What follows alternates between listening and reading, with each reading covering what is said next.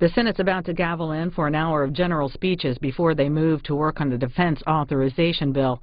The bill would authorize $625.1 billion in discretionary national defense funding for fiscal year 2014.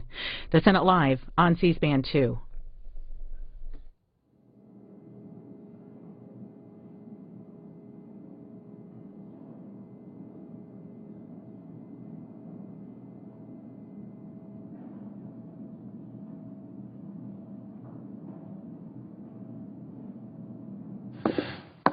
The Senate will come to order, and the chaplain, retired Admiral Barry Black, will lead the Senate in prayer.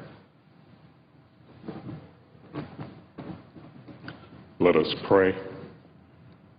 Holy God, you make the clouds your chariot and walk upon the wind.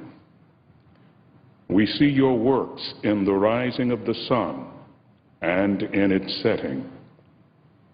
For the beauty of the earth and the glory of the skies, we give you praise. Today, make our lawmakers heirs of peace, demonstrating that they are your children as they strive to find common ground. May they take pleasure in doing your will, knowing that by so doing, they are fulfilling your purposes in our world. Lord, you are never far from us, but often we are far from you. So show us your ways and teach us your paths. Thank you that your mercy is from everlasting to everlasting upon those who come to you with reverence. May your glory endure forever. We pray in your great name. Amen. Please join me in reciting the Pledge of Allegiance to the flag. I pledge allegiance to the flag of the United States of America and to the republic for which it stands, one nation, under God, indivisible, with liberty and justice for all.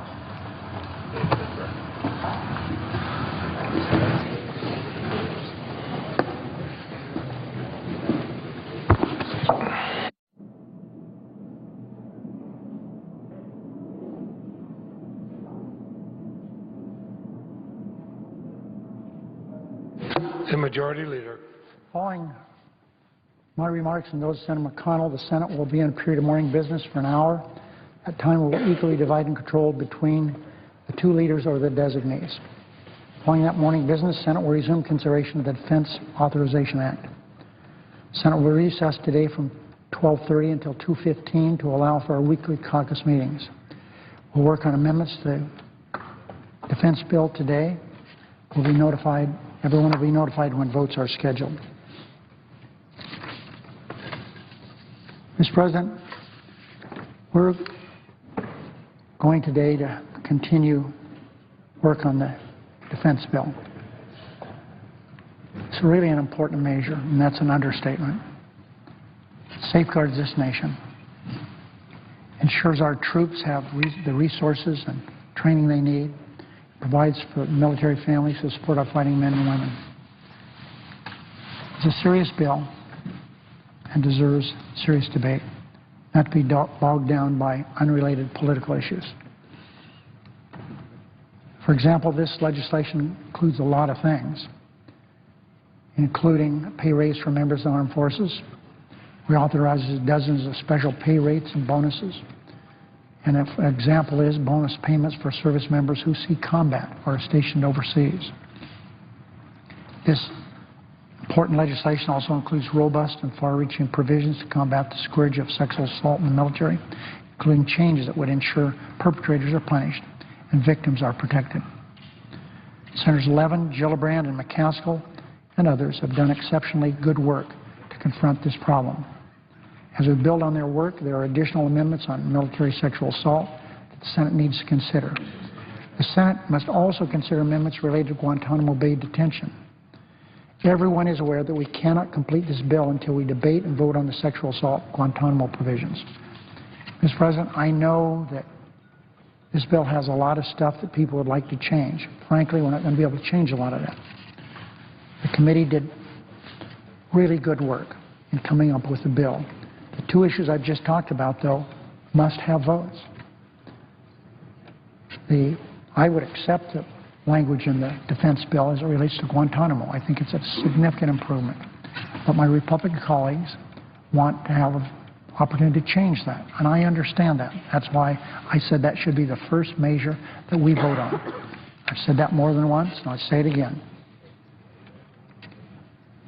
The matter dealing with sexual assault, that's a controversial matter, and we have to have a vote on that. We have to do that. And that's why I said that's the second most important issue that we deal with in this bill. Why couldn't we get these two important issues out of the way? I'm speaking only for myself, but if we had votes on those two measures, I think the bill would be ready to go to conference. I know people don't like to hear that, but I think that's, in fact, is the case.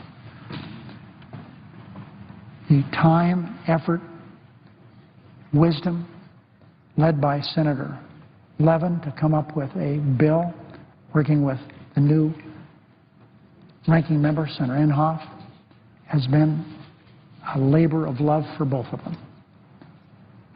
But these two issues need to be resolved in the Senate floor. I asked that be done. I asked last night consent. Let's get these things done. Objection from my Republican colleagues. So if we can't vote even on these amendments to these two crucial issues, and I know there are other issues, but no one can in any way disparage what I've just said, that these are two real important issues. Everyone, I think, agrees that they have to be considered before we complete work on this underlying legislation. So if we can't get these two things done, how are we going to get to any of the other issues that we need to work on? Maybe I shouldn't be optimistic, but I can be hopeful that we'll be able to schedule votes on these amendments soon. In the meantime, senators should not wait to debate these issues. Let's take just these two issues till we schedule votes on these amendments. Senators should come to the floor to speak on the issues now. There's limited time to complete this bill before the Thanksgiving holiday, and senators should use that time wisely to engage in meaningful debate. Mr. President, I am totally aware that a number of senators wish to offer amendments on other issues as well, both defense-related and otherwise. So file your amendments, and I hope we can figure out a way to have a robust amendment process. However, Mr. President, we cannot allow this important legislation to be sidetracked by debates and amendments unrelated to our nation's defense. Now, nation's defense is a relative term, and some people have different ideas as what that should mean. But the United States has passed this bill for more than half a century. This is a sign of respect for this institution and for the people that this legislation represents, our nation's armed services. So let's give this bill the respect that it deserves. On another matter, Mr. President,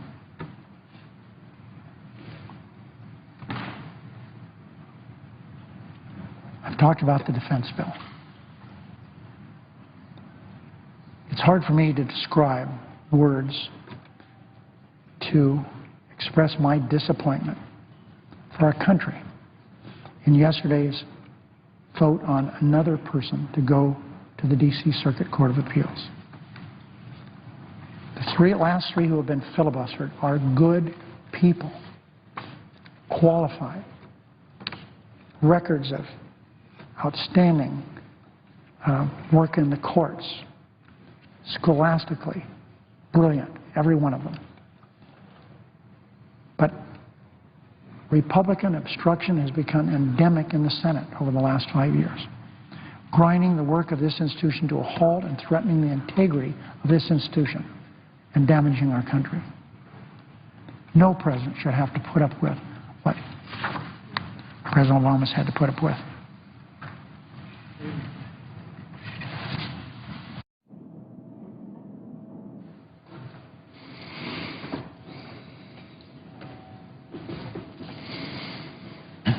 Mr. President. The Republican leader. Over the past few weeks, we've seen a vivid, painful confirmation of the predictions that many of us made about Obamacare. Most notable among them, perhaps, was the President's oft-repeated promise, if you like your plan, you can keep it. If you like your plan, you can keep it, he said. But we were always doubtful that could possibly be true. This was always what Democrats thought they had to tell the American people in order to muscle Obamacare into law. They knew it wouldn't work otherwise. They knew the truth would not sell, and of course that's all coming out now. But we're also learning a lot of other very unsettling things about this law, like the fact that a lot of things that were working well in our health care system are now being thrown out for no good reason by the same people who brought you the Obamacare website. High-risk pools are a good example. About 36 states set up these kinds of pools to ensure Americans with serious medical conditions, such as those suffering from diabetes and heart disease, would have a place to turn. High-risk pools have often proved successful and popular among the communities they serve. They currently provide insurance to hundreds of thousands of Americans, including thousands of Kentuckians, nearly all of them with pre-existing conditions, the very people the law was supposed to help. These folks benefit from this coverage, and many want to keep it. Unfortunately, that will no longer be possible under Obamacare. Nearly all of them will lose their coverage at the end of the year, just like millions of other Americans across the country. Folks who like the coverage they have in these high-risk pools. And remember, I'm talking about some of the most vulnerable people in our society, are now discovering that they won't be able to keep it either, despite what the President told us again and again and again. As it turns out, the folks who ran this law through Congress think people in these high-risk pools belong in Obamacare instead. They don't think it matters. They don't think it matters whether my constituents want to get dumped into Obamacare or not. They've made that decision for them. Well, a lot of folks in Kentucky don't think this is right, and they're upset. And not just because they're losing their plans and all the hassle and complication that involves. For many of these folks, the plans they're being forced into have more limited hospital and doctor networks than the plans they currently have. As one state official recently put it, quote, if you're in the middle of chemotherapy, the last thing you want to do is switch oncologists. We seem to see these kinds of stories just about every day now. There's the North Carolina woman with a severe heart condition who said she didn't know if her cardiologist and her procedures will be covered under Obamacare. Here's what she said. It's the uncertainty that gets me. There's the breast cancer survivor and the husband who've been paying about $800 a month for premiums in a high-risk pool. After that policy was canceled, they expected lower rates under Obamacare. Instead, they found their premium and deductibles are actually going up. This is scary stuff. But these are the real-life consequences of Obamacare. This is no longer some theoretical policy discussion. And I would suggest that as we contemplate the future of this law, our Democratic friends should start paying closer attention to stories like these. Because it's not enough to have a messaging strategy and to play the old Washington game of trying to weather the PR storm until folks move on. These stories we're hearing from our constituents are literally heartbreaking. This isn't some hassle to move past. It's a problem to solve. It's what we were sent here for, and it's what health care reform should be about helping folks, not hurting them. So we don't need to get past this news cycle, as some of the White House spinners seem to think. What we need to get past is a White House mentality that told us last week that passing a bill to codify the very promise the President made to sell the bill would gut Obamacare. We need to get past a mentality that caused the President to issue a veto threat on a law that would let him keep the promise to the American people about keeping the health care plans they have and like. I mean, it's almost comical watching the contortions the administration is making trying to explain this fiasco away.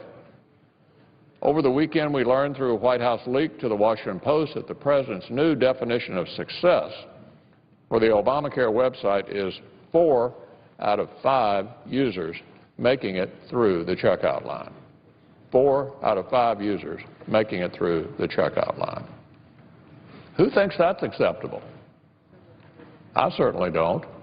And I can't think of anybody outside the White House compound who will think that's acceptable either.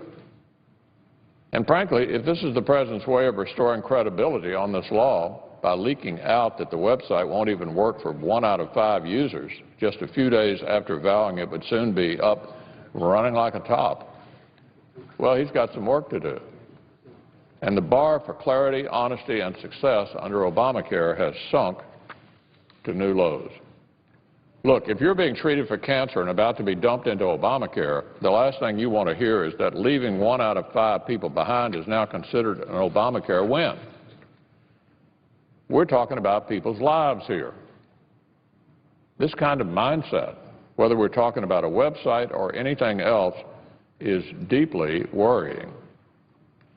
But then again, this has always been the problem with blind faith in massive government programs. It's the old idea that we shouldn't let the evidence get in the way of a good theory. That's the mindset the supporters of this law are stuck in right now, just blindly adhering to the hope that this thing will work against all the evidence. It's pretty distressing. It's going to have to change if we're going to get anywhere. The real question right now should be obvious. What's the administration's plan to turn all this around?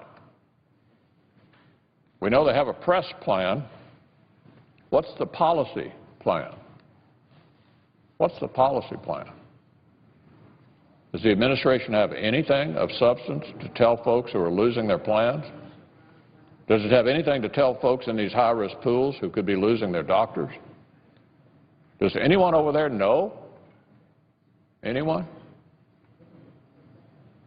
I've said this before and I'll say it again. These are people's lives we're talking about. So it's time for a reality check. The defenders of Obamacare have a choice. Stand up for your constituents or defend a law that's falling apart before our very eyes, a law that threatens to drag down the quality and affordability of care for millions, literally millions of Americans who need it, including those most in need. Mr. President, I yield the floor. Mr. President. Under the previous order, the leadership time is reserved. Under the previous order, the Senate will be in a period of morning business for debate only for 1 hour, with senators permitted to speak therein for up to 10 minutes each, and with the time equally divided and controlled between the 2 leaders on their designees. Recognize the senator from Michigan.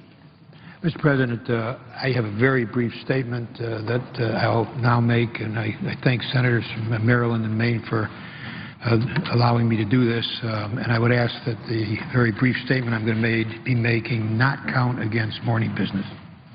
Without objection. Mr. President, later this morning the Senate is going to resume consideration of Senate Bill 1197, the National Defense Authorization Act for fiscal year 2014. And I'll have a full statement to make on this legislation later today.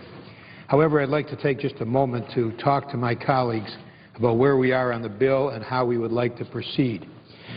Last night, the majority leader asked for unanimous consent to bring up side-by-side amendments on subjects that we know we need to debate and vote on: military detention at Guantanamo and sexual assault and misconduct in the military.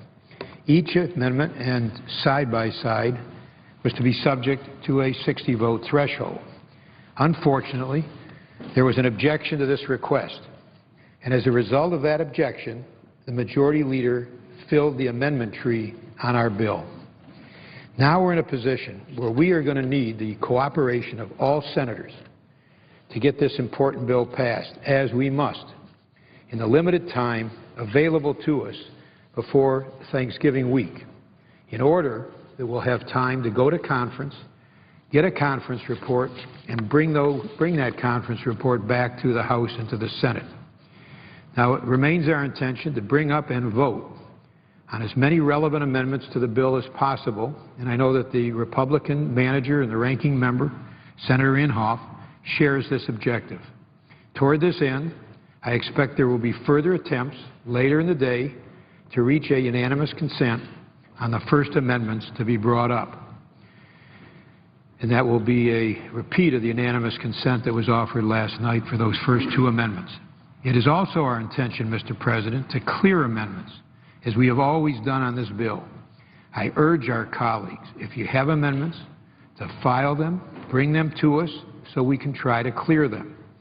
The majority and minority staffs of the Armed Services Committee are working hard on this, and we hope to have a first package of cleared amendments ready for consideration later today, and we will continue to go through that process during the week. Finishing this bill is going to be a very difficult task.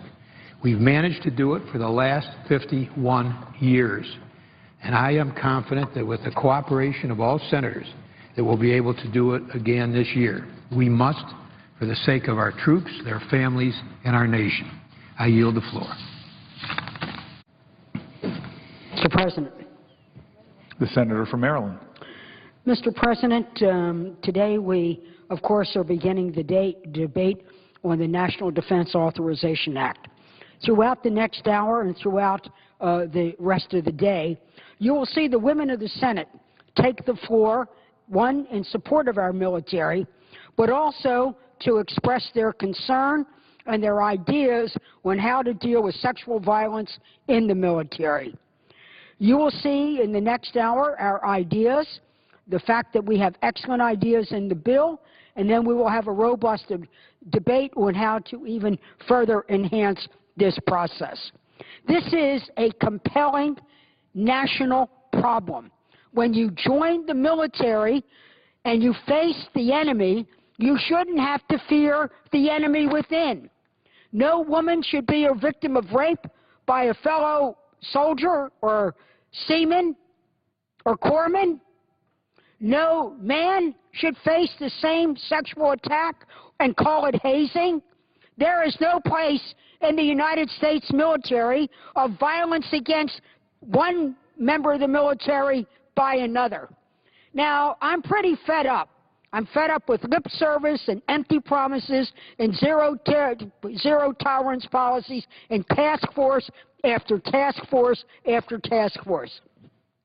I'm an old-timer in this institution. I've been here for 25 years, and I have worked on this issue for every year since then. There's been some repugnant thing that has occurred.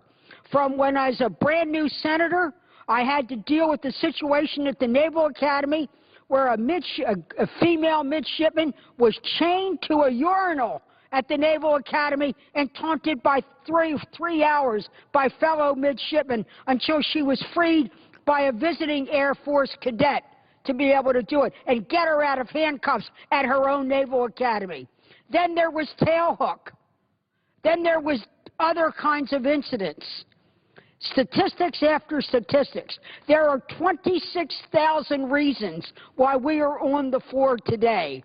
26,000 sexual assaults have occurred in our United States military this past year. Then we look at the service academies training the future leaders. 15 attacks at the Naval Academy, 15 attacks at West Point, and over 50 attacks at the United States Air Force Academy.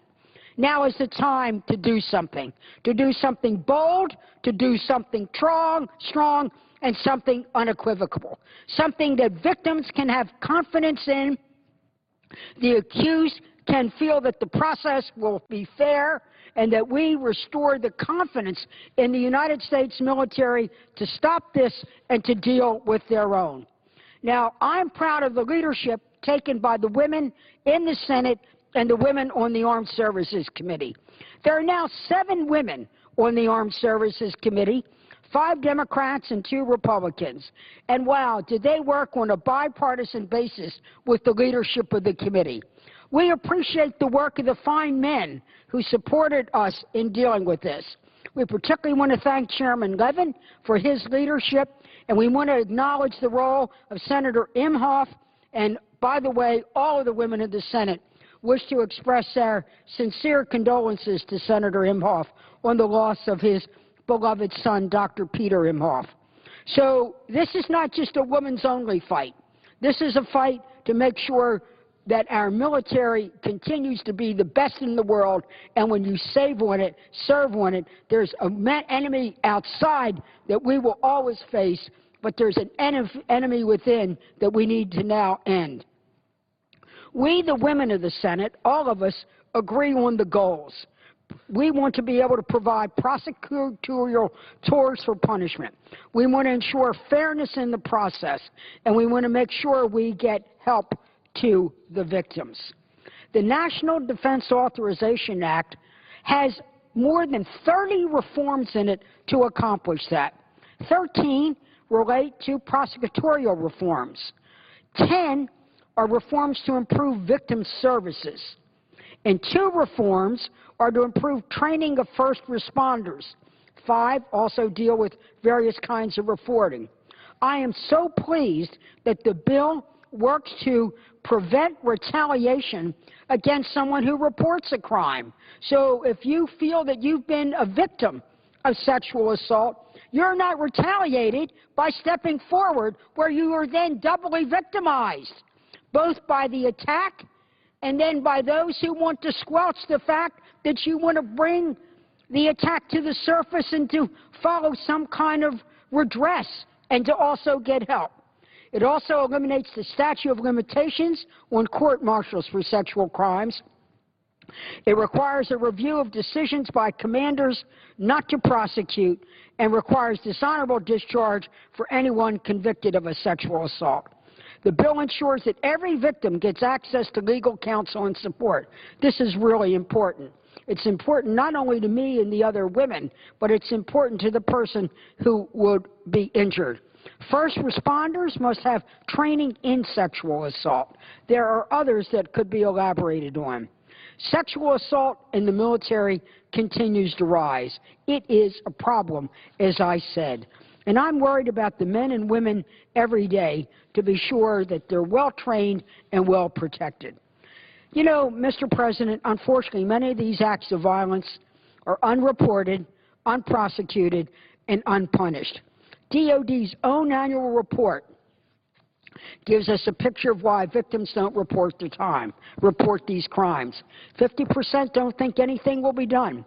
43% believe they won't be believed, and 47% were afraid of retaliation. The reforms in this bill deals with those fears and their concerns. We are ready to reform, revise, and standardize how the military deals with these problems. These reforms will change the way the military think and how they act. Now, during the course of this whole process, we've met with victims and heard their stories, with experts and advocates. We've met with the military themselves. Now we're ready to give all concerned in this a voice by using the defense bill for a vehicle for serious and significant reform. And we've been able to do this because we've worked together on both sides of the aisle, working with the leadership of the committee. 30 reforms that people can count on for fairness in the process for the accused, but also help to those who feel that they have been victimized, but to be sure that they're not victimized by the very system that they count on. Mr. President, I yield the floor and eagerly look forward to hearing from my senior Republican colleague, Senator Collins. Mr. President. The senator from Maine. Thank you, Mr. President. First, I want to commend the senior senator from Maryland, the dean of the Women Senators, for organizing this debate today on an issue that concerns each of us, and that is the growing crisis of sexual assault in the military. Mr. President, I first raised my concern over the military's inadequate response to the growing crisis of sexual assault nearly 10 years ago. I remember it well. It was a hearing before the Senate Armed Services Committee in 2004, at which I expressed my growing alarm about the number of sexual assaults in the military and the inadequate response by the leaders of the military to provide adequate care for the survivors and to ensure appropriate punishment for the perpetrators of these reprehensible crimes. In an exchange that I had with General George Casey, I stated the military needs to be much more responsive to reports of sexual assault, particularly in the field, and to separate these women, and in some cases the male victims, from their alleged attackers. The Department must also vigorously prosecute offenders and hold commanders accountable for establishing zero-tolerance policies. Mr. President, to say that General Casey's response was disappointing would be an understatement. I am convinced that if the military had heeded the concerns that I and others like Senator Mikulski raised back then, a decade ago, this terrible problem would have been addressed much sooner, saving many individuals from the trauma, the pain, and the injustice that they endured. Back then, sadly, the attitude of the high-ranking officials who were testifying at that 2004 hearing was dismissive, even though these crimes never should have occurred in the first place, traumatize the survivors, and erode the trust and discipline that are fundamental to every military unit. Thankfully, the attitude I perceive among senior military officers today is markedly different from the one that I encountered 9 years ago. The work of translating the military's stated policy of zero tolerance into reality, however, remains unfinished business. Fostering a culture of zero tolerance so that the number of assaults is greatly diminished remains a goal, not reality. And ensuring that survivors do not think twice about reporting an assault for fear of retaliation or damage to their careers is still not part of the military culture. In 2011, I joined our former colleague, John Kerry, in co-authoring the Defense Strong Act as an initial step to address this crisis. Provisions of that bill were signed into law as part of the fiscal year 2012 National Defense Authorization Act. They provide survivors of sexual assault the assistance of advocates with genuine confidentiality. They provide guaranteed access to an attorney and expedited consideration to be transferred far away from their assailants. Earlier this year, I introduced the Coast Guard Strong Act to extend these protections to Coast Guard members, and I thank Chairman Levin and Ranking Member Inhofe and Senator McCaskill for their work to include these provisions in this year's NDAA. More than anything, survivors need to have the confidence that the legal system in which they report a crime will produce a just and fair result. Based upon data from the Department of Defense's most recent sexual assault prevention and response survey, that view is not held by enough service members or survivors. As a result, I've supported and introduced legislation with Senators Gillibrand and McCaskill aimed at reducing the barriers to justice that many survivors of sexual assault currently face in the military. And I want to commend both Senator Gillibrand and Senator McCaskill for their extraordinary leadership and dedication to resolving this unacceptable problem. Let me also thank Chairman Levin and Ranking Member Inhofe for incorporating significant provisions from both bills into the NDAA. In fact, there are more than 26 provisions specifically targeting sexual assault in the military in the bill that we are debating today. For example, and there are many, but I want to highlight one because it was part of a bill that Senator McCaskill and I introduced. The legislation mandates a dishonorable discharge or dismissal for any service member convicted of sexual assault.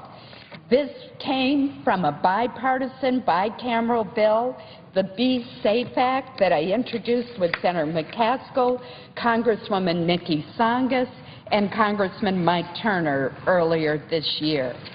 There are many other important provisions that are included in this bill, and I would ask unanimous consent that my full statement listing those provisions be included in the record. Without objection. Our work will not be complete, however, until the Pentagon has demonstrated that it is fully enforcing its stated policy of zero tolerance for sexual assault.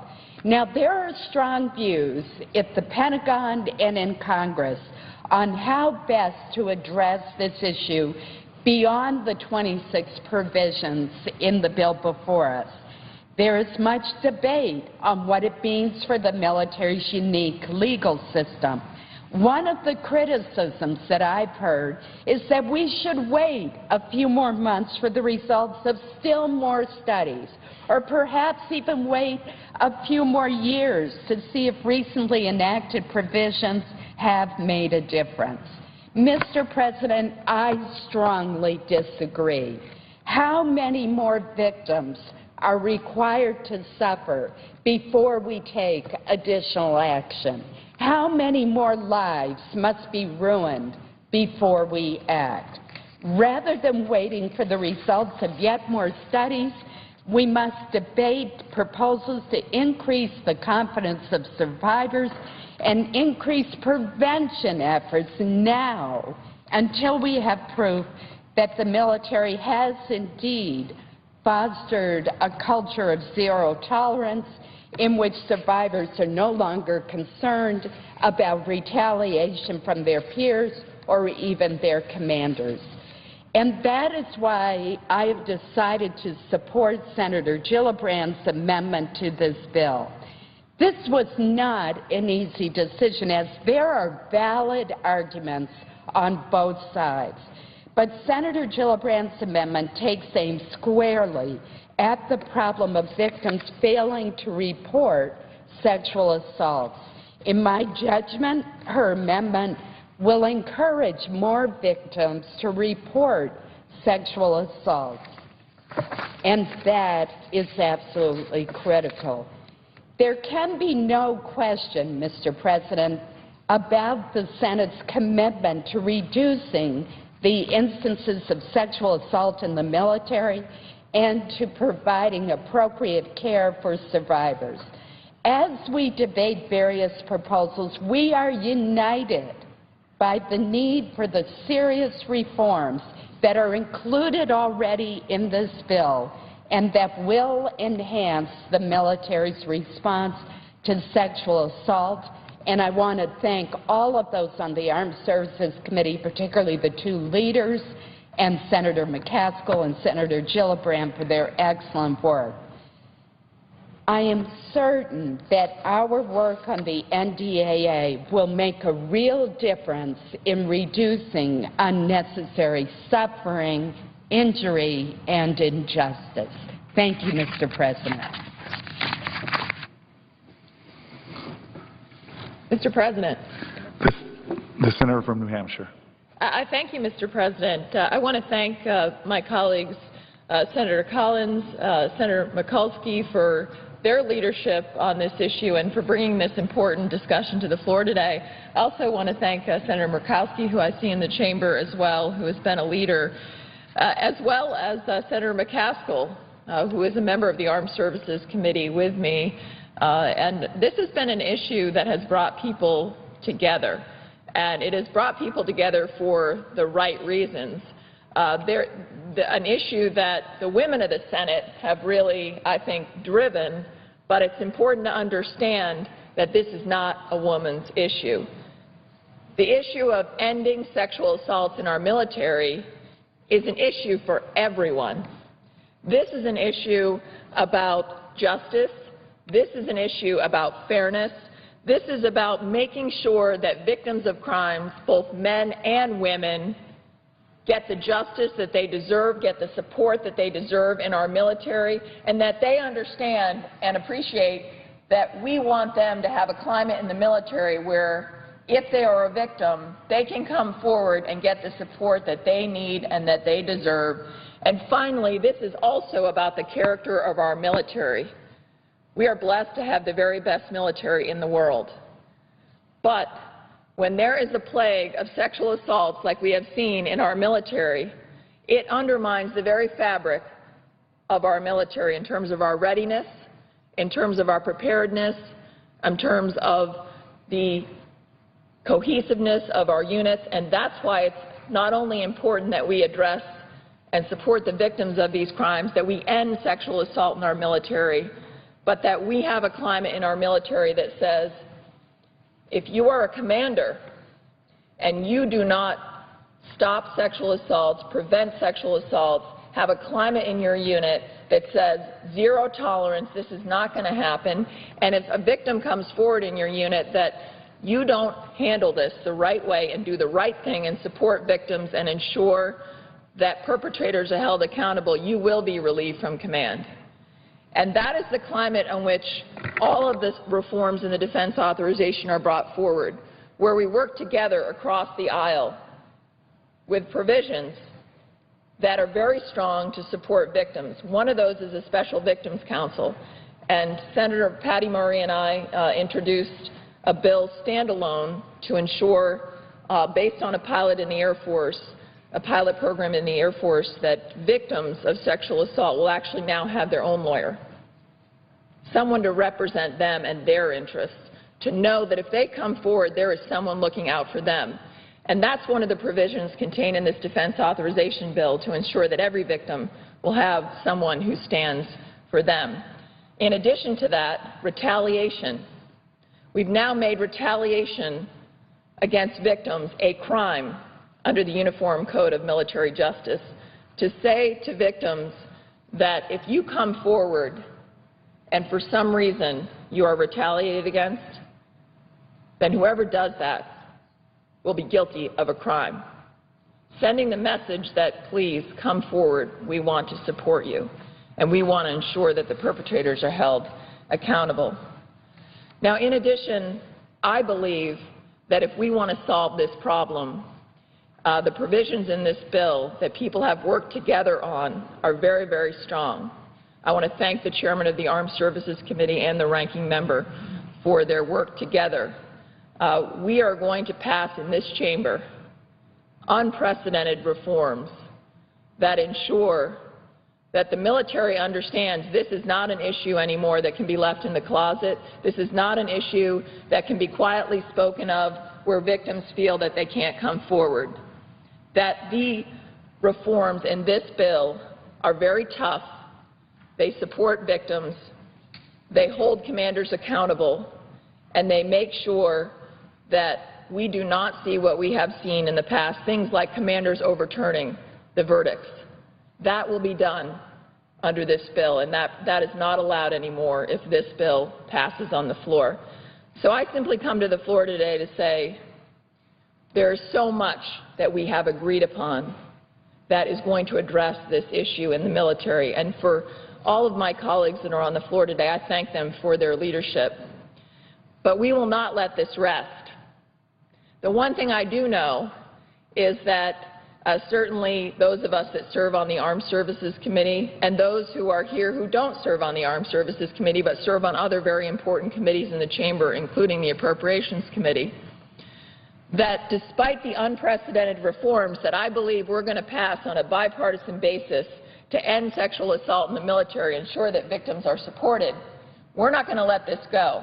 This is not going to be something where we pass these reforms and that's the end of the story.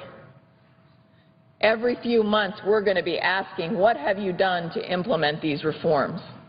Every few months we're going to be expecting a report back to the United States Senate to ensure that what we have all intended to occur here, that is the right thing for victims of crime, that is the right thing for our military, is getting done. So while I am very proud of everything that we have done and we will do when we pass the defense authorization on a bipartisan basis to stand against sexual assault in our military, this is not the end of the story, and we will continue to pursue this to make sure that our military understands that they are accountable, that victims of crime understand in the military that they will be supported, and that we will not let this go.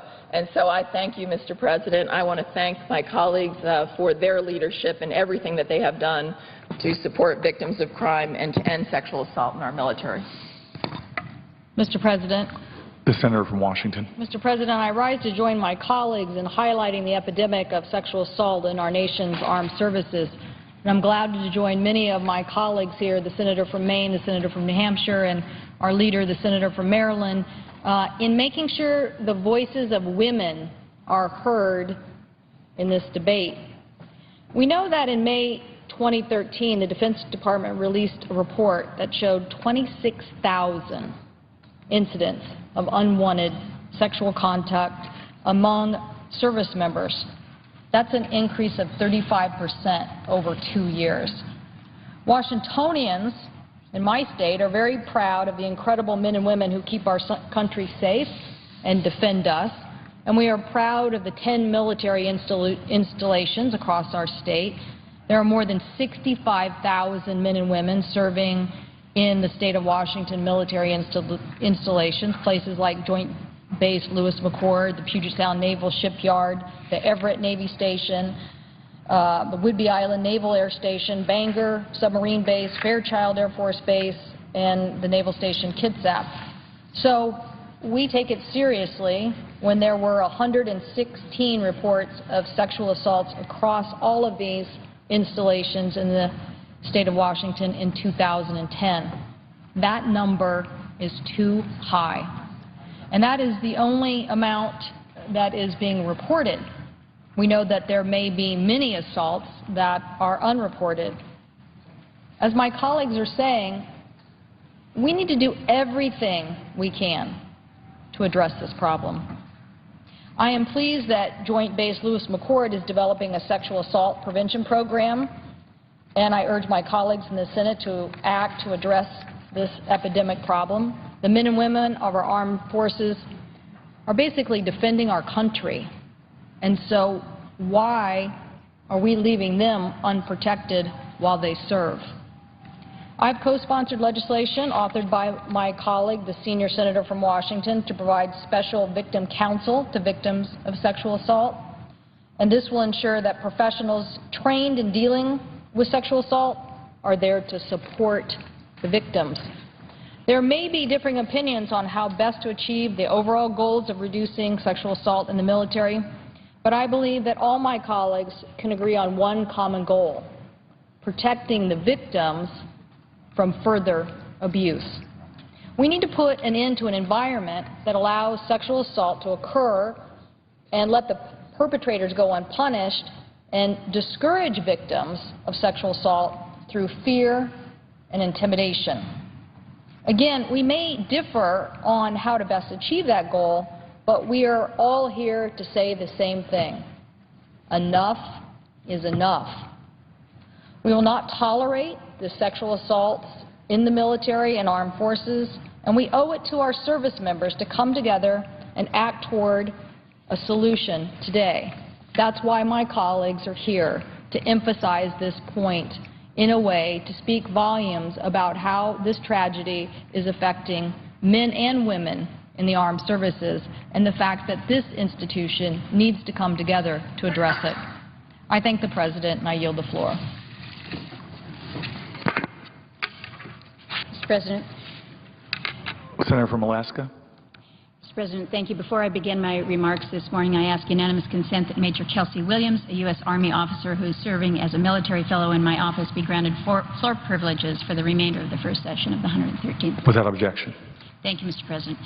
Mr. President, I want to thank my friends, the good senator from Maryland, the dean of the women in the Senate, and the senator from Maine who have organized this portion of the debate this morning.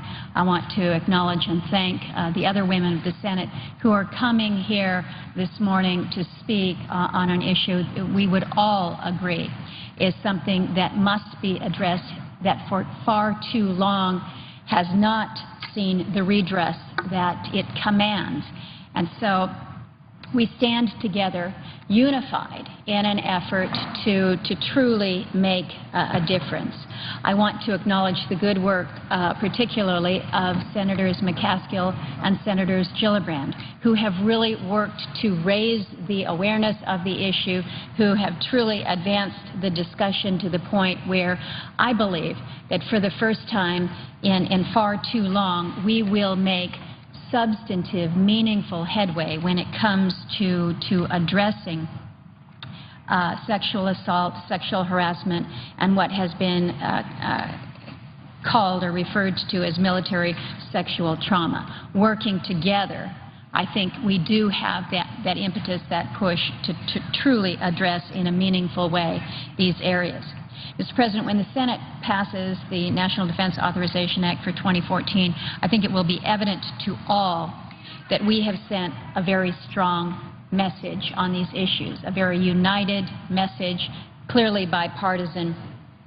I think it's clear to all who have been following the debates, first in the Armed Services Committee and now here on the floor, that there are differences of opinion within this body about how we address the crisis, how to create a culture that prevents the kinds of incidents that we're talking about from ever occurring, how we work to protect the rights of victims, how to ensure that justice and accountability are achieved in an open and a transparent fashion so that victims know that there is a system that works for them, so that our constituents know that, so that we here in Congress have that confidence again, because right now that confidence does not exist.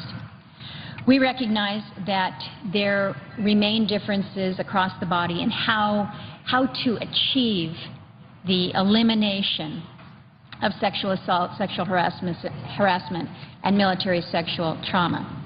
I believe, Mr. President, that the amendment that is offered by our colleague from New York, Senator Gillibrand, is the best medicine for a difficult situation that has been allowed to languish for far too long. This afternoon, I intend to spend a little more time explaining why I think that Senator Gillibrand's amendment, while it is strong medicine and it is disruptive of the status quo, why I believe that it is the right way to go. But my purpose this morning in joining with my female colleagues here in the Senate is not to argue for or against one amendment or another. It's to point out that the NDAA, as reported by the Armed Services Committee, includes many provisions, so many provisions, agreeable to all, that truly have a positive impact going forward. Now, I'd also like to point out that during the course of our debate on the NDAA, the Senate will consider some other amendments which enjoy broad support. My colleague, the senator from California, Senator Boxer, spoke very eloquently just last night about her amendment that will protect victims' rights in Article 32 proceedings.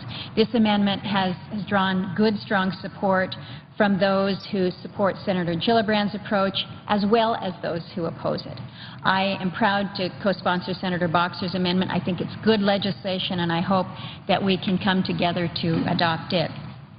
I have submitted Amendment 2141. This ensures that cadets and midshipmen at our nation's service academies have access to special victims counsel and sexual assault nurse examiners.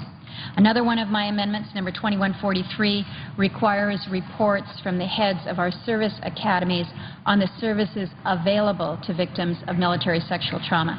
I would certainly hope that these non-controversial amendments can be offered and accepted at the appropriate time.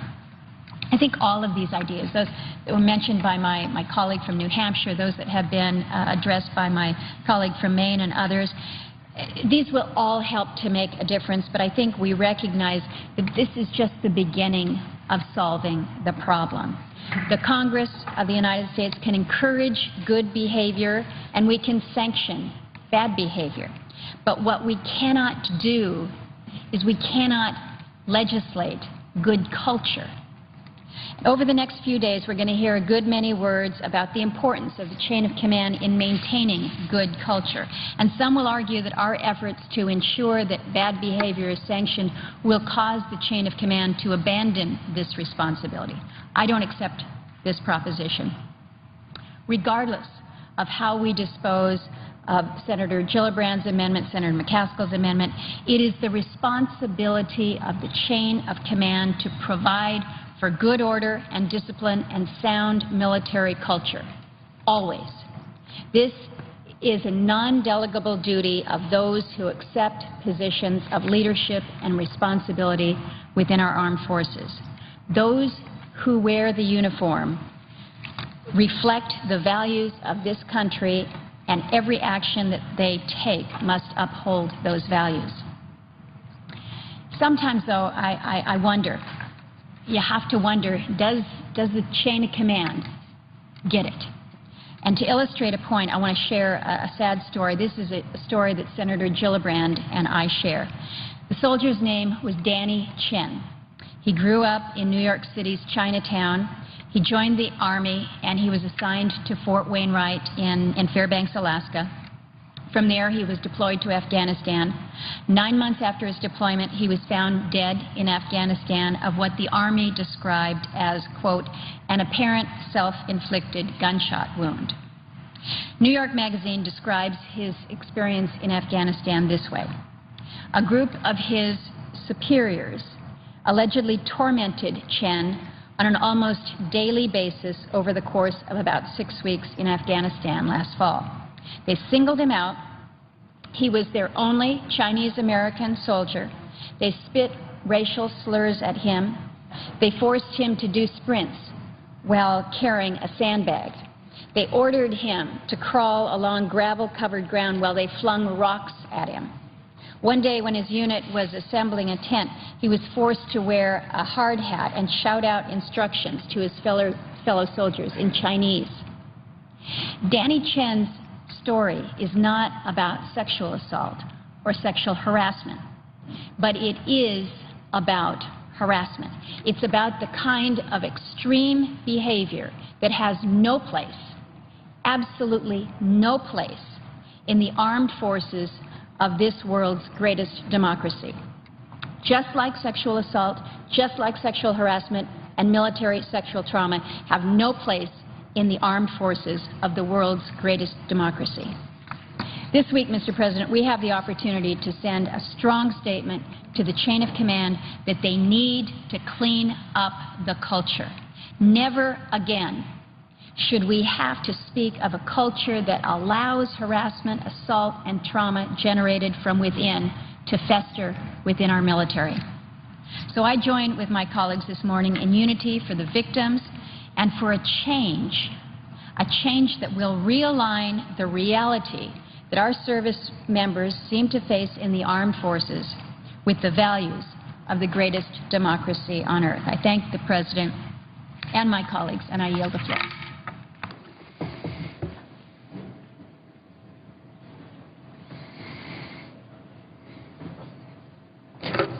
Mr. President. The Senator from Minnesota. Mr. President, I rise today to speak on the National Defense Authorization Act and how the Senate, and particularly the women of the Senate, are working to address the crisis of military sexual assault.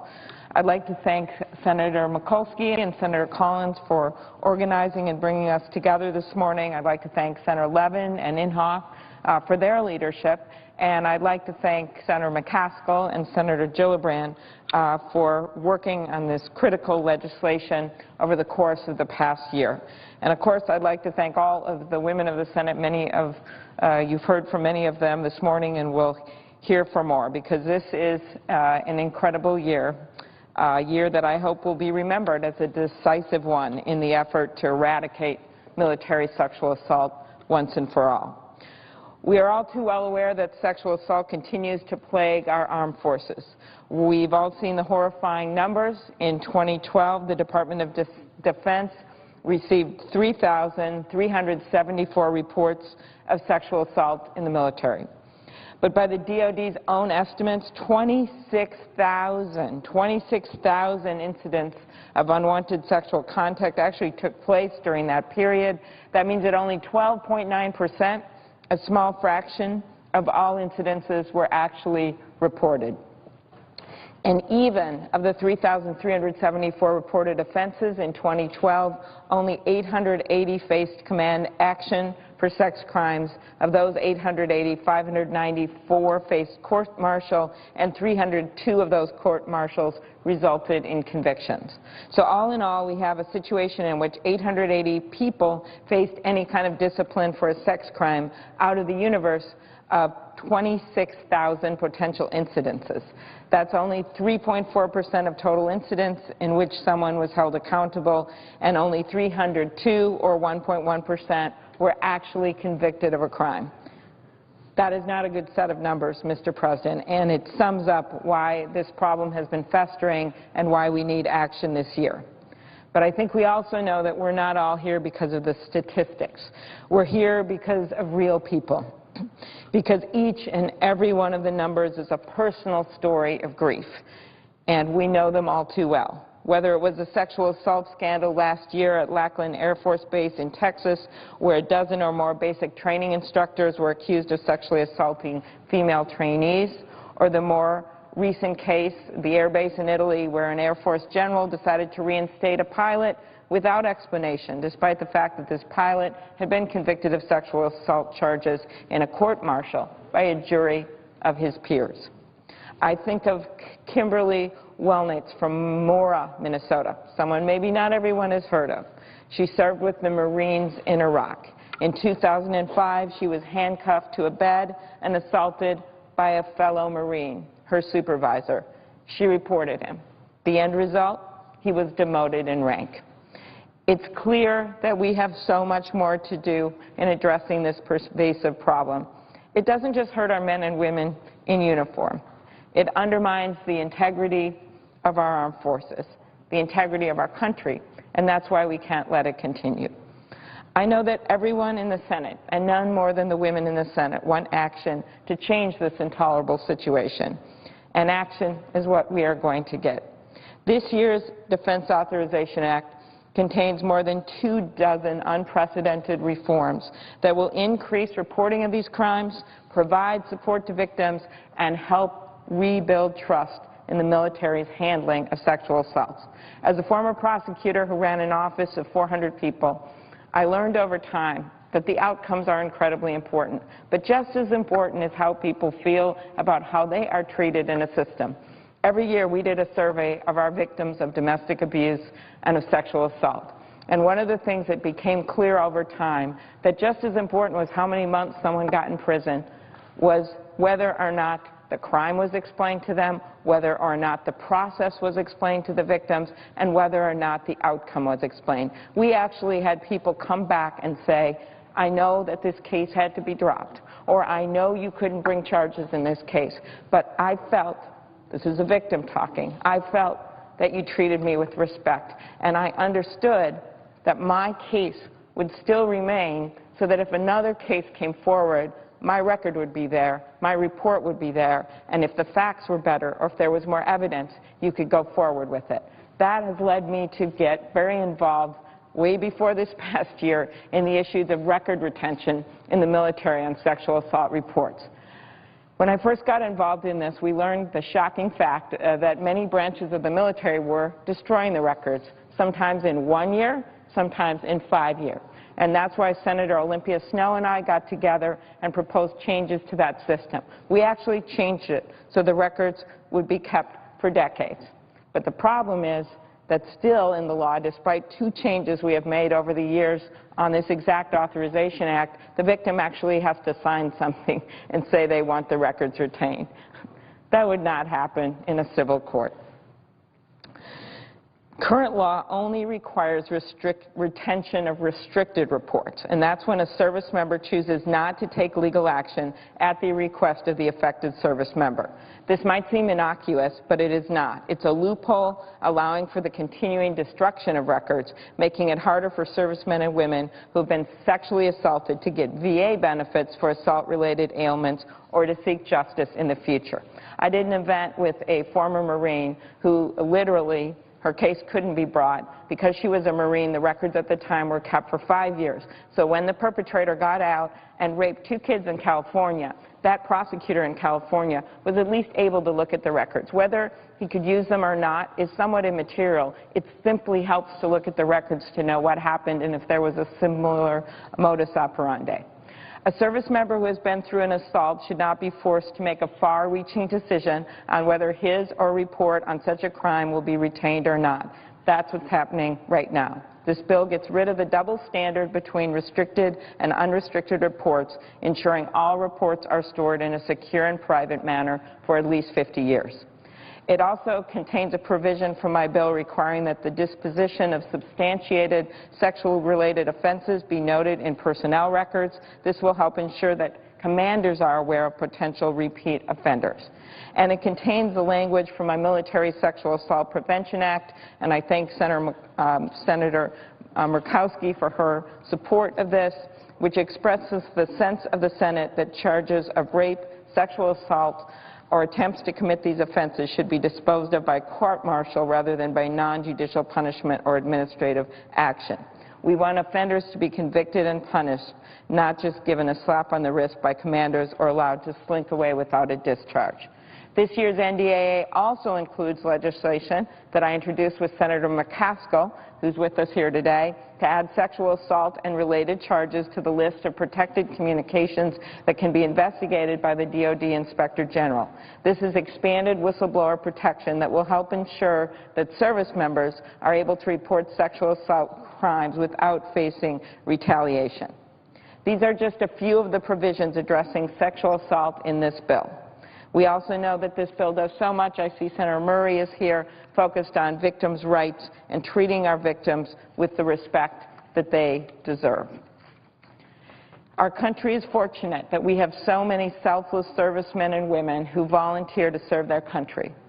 When they raise their hands to serve, we take on a responsibility to provide them the means to accomplish their mission and to ensure they don't have to worry about what's going on behind the front line.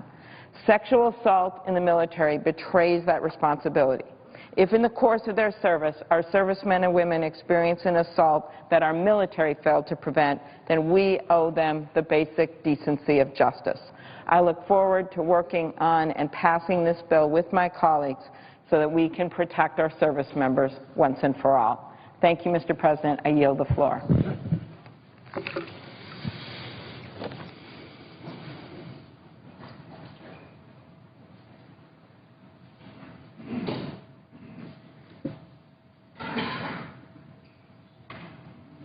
President,